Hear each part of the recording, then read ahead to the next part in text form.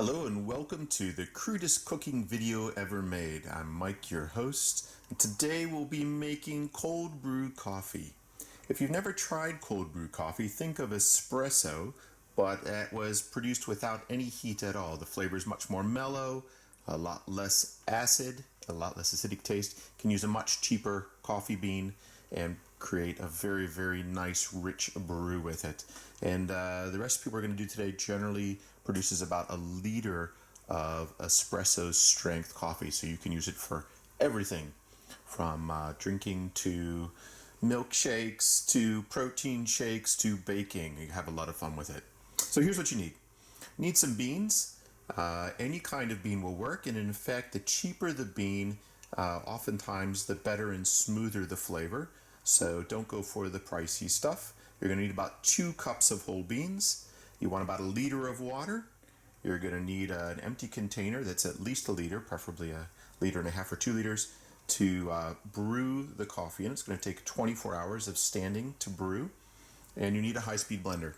Any kind of high-speed blender will work. If you like, you can also add a flavoring. In this case, I quite like green cardamom. You can also try cinnamon. Experiment, have fun. It makes your coffee all that more interesting. So very simply, we're going to do 2 cups of beans in our high-speed blender. And we're also going to add about half of our water, just enough to puree it. All right. And of course we want our flavorings as well. So there we go.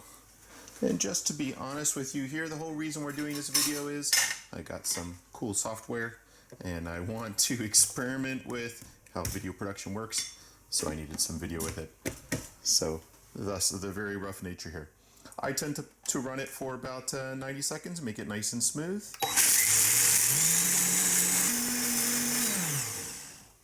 But it really doesn't take that long. As soon as the beans are thoroughly ground and mixed with the water, you're going to be in good shape.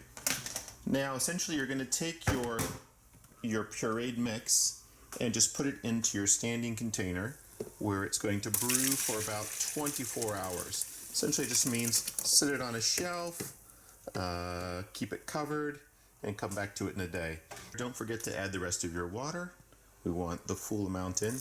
The ratio that I end up with is generally 2 cups of whole beans to 7 cups of water. I find that ratio works really well and produces a very strong blend. And one day we're going to filter this. I prefer to do it through a combination of strainer and a cheesecloth. Makes it very easy to clean up, and basically you end up with no grit at all in the finished product, and we'll have a look at that in a minute. And of course the final step is to cover our container.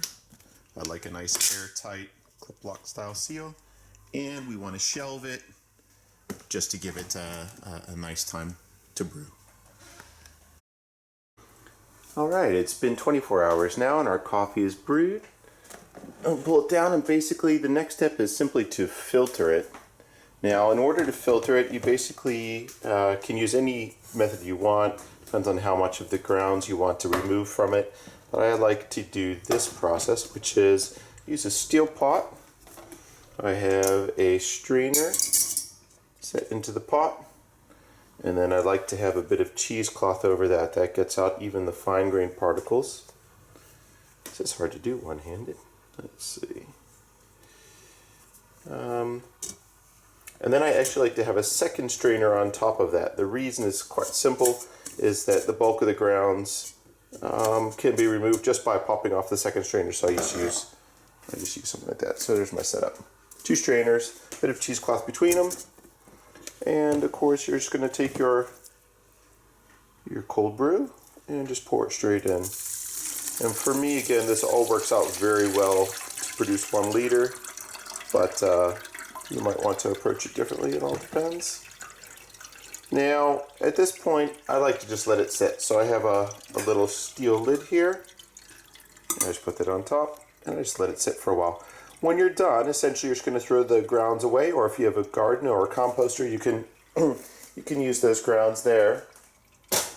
And then once it's fully strained, I use a 1 liter container here, which is actually designed for juices. it's got a nice little lid. So essentially I just keep this in the refrigerator full with a liter of cold brew coffee, and you can use it anytime you like. I hope that helps.